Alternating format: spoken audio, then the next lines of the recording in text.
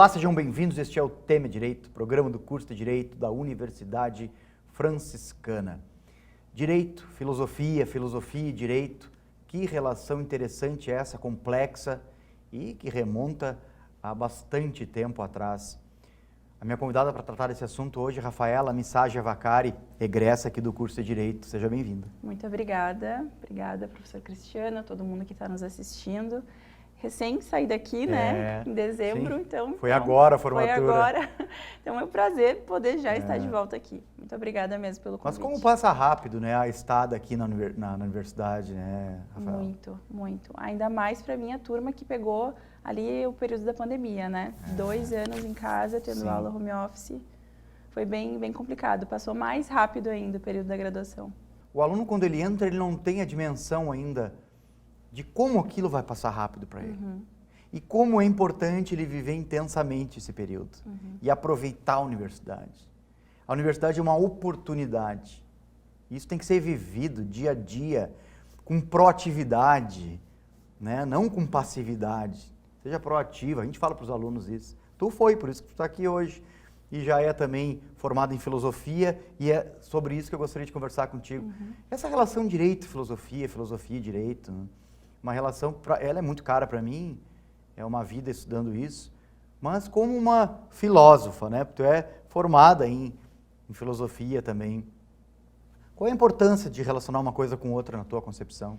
Olha, antes de tudo, uma coisa que eu sempre falo para os meus alunos é que não é à toa que a gente fala que a filosofia é a mãe de todas as ciências, né? O mundo só é mundo da forma como ele é mundo por causa da filosofia. A sociologia só existe por causa da filosofia, né? No final do século XIX, Augusto Comte, que é considerado o pai da sociologia, era um filósofo. O direito só existe por causa da filosofia. E eu acho muito importante, e faço um adendo especial, que aqui no curso a gente tem muitas disciplinas que envolvem essas duas áreas. Hermenêutica jurídica, filosofia do direito, crítica hermenêutica ao direito, na sua cadeira também de processo civil, que seria, né, digamos assim, em tese, uma cadeira um pouco mais fria, digamos assim. Técnica. O senhor acaba trazendo muito, principalmente na introdução da disciplina, a questão da filosofia no processo e no processo civil. Isso é muito importante, muito importante. Tanto que, claro, o senhor sabe muito melhor do que eu. Agora, final de 2014, início de 2015, o novo Código de Processo Civil teve muita influência da filosofia. Né? Então, às vezes as pessoas sentem um pouco de dificuldade de visualizar, né, por acharem a filosofia é uma disciplina muito abstrata.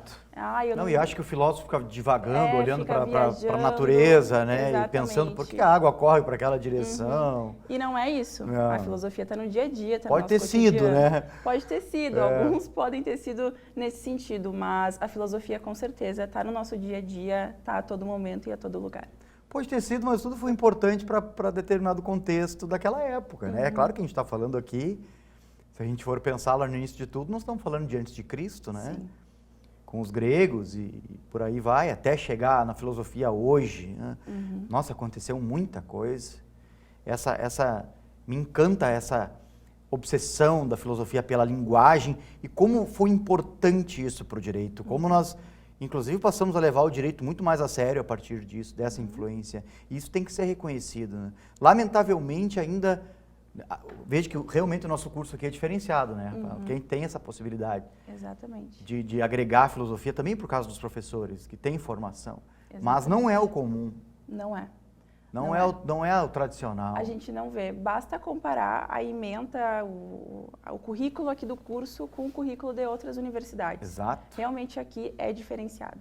É muito diferenciado. Porque se compreendeu a importância do discurso filosófico para o direito, na esperança de formar pessoas capacitadas para o enfrentamento do mundo jurídico. Exatamente. Claro que a gente não forma filósofo no curso de direito, a gente forma jurista. Mas o aluno, a formação para ser completa tem que passar lá. E não é um discurso vazio esse, não é? Com certeza. Olha, tem quantos professores aqui que são práticos do direito, inclusive. Que são advogados, que são juízes, que são delegados. Em alguma medida eles vão lá beber da filosofia. Em algum momento. Ter esse espírito, essa dinâmica mais questionadora, mais de não aceitar tudo que nos aparece, que todas as informações que chegam até nós de forma crítica, é o espírito da filosofia, né? E é algo que a gente vê muito aqui em todas as disciplinas, com certeza. O que as pessoas, às vezes, elas não conseguem visualizar tá, mas como, né? Me dá um exemplo disso. Um exemplo bom, a fundamentação das decisões, isso é filosofia. Exatamente. E não é divagação, né? Mas tem um conteúdo filosófico ali. Tanto é que tu mesmo fez referência aqui ao Código de Processo Civil, que institui as expressões coerência e integridade. Isso vem lá da filosofia. Vem da filosofia do direito, exatamente. Isso não é verdade. Vamos pegar só essa palavra aí. Né? Que o direito adora, né? O direito adora a verdade real, a verdade formal. Fica, né, um blá blá blá a respeito disso.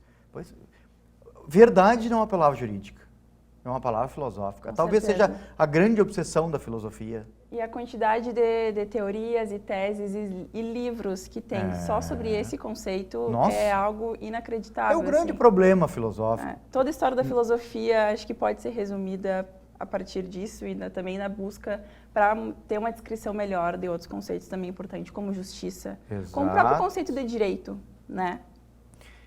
Agora, sabe que hoje, assim, atualmente eu vejo que talvez o link maior entre o direito e a filosofia repouse na questão da ética. Eu acho que ali tem, claro que se fala muito tempo nisso já, desde Aristóteles, né? Sim. Mas hoje, dadas algumas circunstâncias, essa importância com a ética, ela vem tomando uma proporção assim considerável, né? E é importante a gente estabelecer isso como um princípio dentro da universidade.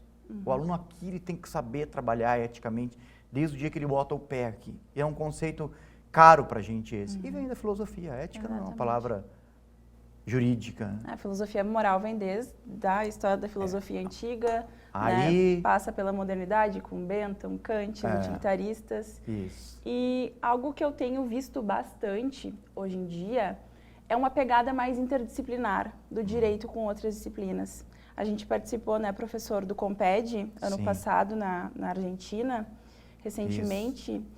E eu participei do grupo de trabalho do GT sobre gênero e sexualidade e direito. E tinham 2 GTs sobre essa mesma questão. E eu até cheguei a comentar com as mulheres que também estavam apresentando na minha mesa como eu estava surpresa e feliz de ver o direito englobando esses temas, né? De raça, de classe, enfim, questões sexistas, de movimentos sociais. Então, ter essa interdisciplinariedade mesmo com a filosofia, porque tem tudo a ver, né? Teoria feminista, filosofia moral. Então, eu acho que o direito se beneficia muito de beber dessa fonte. Essa é uma preocupação que está é a cereja do bolo do mundo jurídico hoje. E a prova disso é que, se a gente for estudar lá a questão do acesso à justiça, por exemplo, né, com as ondas, lá desde do Capelete e tal, começaram 3 ondas, depois veio a questão dos direitos... Bom, hoje nós estamos com 7 ondas, né? E a 8ª onda, que é essa cereja do bolo que fiz referência aí, guarda relação com isso, com questões de gênero, de raça, etc. Isso hoje está no suprassumo, porque o ser humano está se movimentando mais do que nunca. Isso a gente vê muito isso na pesquisa hoje em dia. Bom, tanto que desde quando eu entrei na filosofia, eu pesquiso teoria feminista, teoria do direito também. O meu TCC aqui, que foi orientado brilhantemente pela professora Rosane Terra, eu trabalhei muito filosofia do direito e teoria do direito, mas sempre em conjunto com a filosofia. Claro. E, sobretudo, com a ética, com a filosofia moral. Então, essas 2 áreas aí têm muito a dialogar e se ajudar mutuamente. Não, e é um foco de pesquisa esse que tem essa complexidade, né? E que, olha só, eu acho que é importante também falar a respeito, que lamentavelmente não aparece, assim, por exemplo, nos preparatórios para concurso. O direito se enclausurou, o direito ficou naquela redoma da dogmática, e as pessoas decorando o conceito, né? Perfeito. E vai lá marcar a cruzinha no concurso e depois sai trabalhando como um servidor público, por exemplo, como, né, sei lá, qual carreira aí, e como advogado também, ao largo dessa discussão. da discussão moral, da relação do direito com a moral, da questão da ética. Importante a gente resgatar. Agora os concursos estão mudando. Eles estão paulatinamente, né, incorporando de novo essas questões do que é saudável. Exatamente. O direito não pode ficar enclausurado nesse universo técnico aí. Aí eu vejo duas questões, dois problemas. Primeiro, que quando esses concursos tentam englobar, compreender a filosofia, questões voltadas à ética, à moral, ela é geralmente negligenciada ou é muito pouco cobrada, né? E segundo, que eu sempre comentei durante toda a graduação, com colegas, amigos mais próximos, que não adiantava a gente sair da universidade sabendo todos os artigos do Código Penal, do Código Civil, do Código de Processo Penal, sem pensar nessa dimensão humana e ética da vida. Porque isso a gente, mais do que precisa usar na nossa profissão futura, né? A gente precisa muito. Lógico. Muito. Como é que você quer ser magistrado, magistrada? Como é que você vai ficar distante disso, né?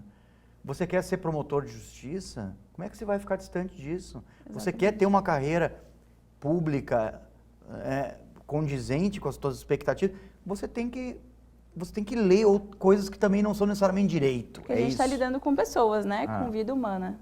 Acho que muitas vezes as pessoas negligenciam um pouco essa parte, mas que é muito importante. Esses dias eu encontrei um ex-aluno, ele me perguntou, professor, qual é um livro legal sobre o que está acontecendo hoje com a questão tecnológica e processo? Eu disse para ele, leia algo que não é direito, meu amigo. Leia outra coisa. Aí você vai entender como é que a gente chegou nessa situação hoje. Aí depois você vai buscar aí um manual. Exatamente. Mas é importante, né, o jurista, ele sair da blindagem. E lamentavelmente, o direito foi seduzido pela técnica no século XIX e acabou sendo paulatinamente afastado da filosofia, da sociologia, da antropologia e seguiu um caminho de forma solipsista, solitária, egoísta, né? E paulatinamente a gente está resgatando esse lugar. Eu vejo, assim. Claro que isso se deve a muitos professores. Sim. Eu vejo isso não só no direito, assim, mas também na filosofia, né? Que geralmente as áreas têm a tendência a entrar, assim, numa bolha e ficar só naquilo, né? A filosofia também, por muito tempo, ficou assim, né? É filósofo discutindo com filósofo, e tem toda aquela crítica de filósofo ser muito desligado da realidade, né? Da prática mesmo. Então, isso é muito preocupante. Mas é uma característica, talvez, das ciências, né? Esse enclausuramento. E o desafio, então, é a transdisciplinaridade, a multidisciplinaridade. Com certeza. Esse é o desafio para nós também. Eu sempre digo que a interdisciplinaridade vai salvar o mundo. Eu sou uma pessoa, particularmente, que estudei processo civil a vida inteira e na capa de todos os meus livros está escrito a palavra hermenêutica lá. Eu hoje me orgulho disso. Mas já cansei de ser indagado, assim, por que isso? Né? O que processo tem a ver com isso? Meu amigo, vá, estude o Estado, a formação do Estado, os movimentos filosóficos e processo, por exemplo, você vai ver que nós estamos falando da mesma coisa. Com certeza esse comentário veio de alguém que não tem nenhuma base para além do direito, né? Seja sociológica ou filosófica. Exatamente. De leitura, né? De bibliografia. Bom, quero te agradecer pela presença, a gente sabe da correria, né? Mas te dizer assim que a UFN continua de portas abertas a ti, aos teus colegas, que recém formaram agora, né, Rafaela? Foi maravilhosa a formatura de vocês, foi muito bonita mesmo. E dizer então que o estúdio aqui está à disposição para quando você quiser voltar. Muito obrigada. Eu que agradeço pelo convite, adorei receber a mensagem do senhor, da professora Fran e da Liege.